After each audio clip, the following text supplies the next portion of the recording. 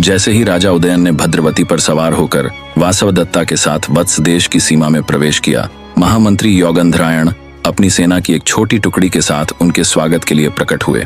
अपने महाराज को सुरक्षित और साथ में अवंती की राजकुमारी को देखकर उनकी आंखों में सफलता और आनंद के आंसू आ गए। वे राजा के चरणों में झुक गए और फिर होने वाली महारानी वासवदत्ता को पूरा सम्मान दिया। अपने स्वामी भक्त मंत्री को देखकर उदयन भी भावुक हो गए। उन्होंने योगंधरायण को गले से लगा लिया और इस साहसिक योजना की सफलता का पूरा श्रेय उन्हें दिया। योगंधरायण ने उसी क्षण अपनी प्रतिज्ञा तोड़ दी और वर्षों बाद अपने शरीर पर चंदन का लेप लगाकर राजसी वस्त्र धारण किए। जब यह विजयी जुलूस राजधानी कौशाम्बी पहुंचा तो मानो पूरा नगर अपने राजा को वापस पाकर जीवित हो उठा।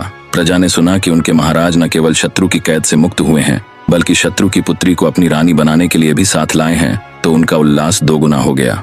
राजकुमारी वासवदत्ता की सुंदरता, तेज और शालीनता देखकर कौशाम्बी की प्रजा मंत्रमुग्ध हो गई।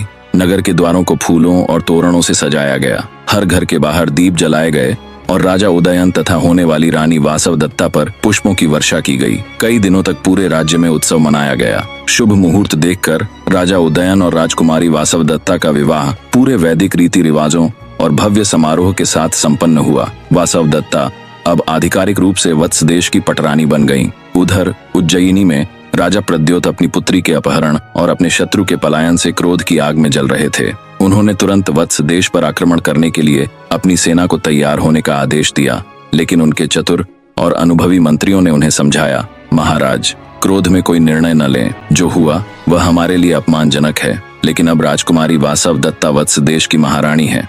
यदि आप वत्स पर आक्रमण करेंगे तो यह अपनी ही पुत्री के राज्य पर आक्रमण करने जैसा होगा। इससे आपकी और राजकुमारी दोनों की प्रतिष्ठा को हानि पहुंचेगी। एक अन्य मंत्री ने कहा, महाराज, इस शत्रुता को मित्रता में बदलने का यह एक सुनहरा अवसर है। उदयन एक शक्तिशाली राजा हैं। अब वे आपके शत्रु नहीं बल्कि आपके दामाद हैं। इस संबंध को स्वीकार कर लीजिए और एक शक्तिशाली मित्र पाइए। धीरे धीरे राजा प्रद्योत का क्रोध शांत हुआ। उन्हें अपने मंत्रियों की बात में सच्चाई नजर आई।